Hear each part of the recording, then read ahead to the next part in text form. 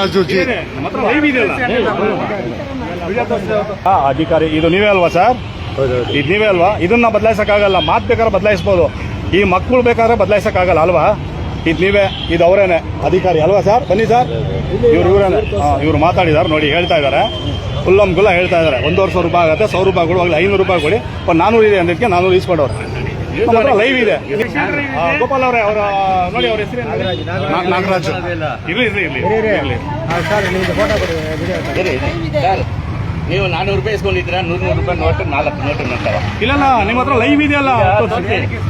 ಆಯ್ತು ಸರ್, ಆಯ್ತು. ನೀವು ಈಗ 100 ರೂಪಾಯಿ 4 ನೋಟ್ ಇರುತ್ತೆ, ತೆಗೀರಿ. ನಾವು ಹಂಗೆ ಯಾವ್ದು ಸರ್ ಅವ್ರು ತೆಗಿಯಲ್ಲ ಸರ್, ಅವ್ರು ತೆಗಿಯಲ್ಲ ಬಿಡಿ. 100 ರೂಪಾಯಿ ನೋಟ್ 4 ಕೊಟ್ಟಿದ್ದೀನಿ.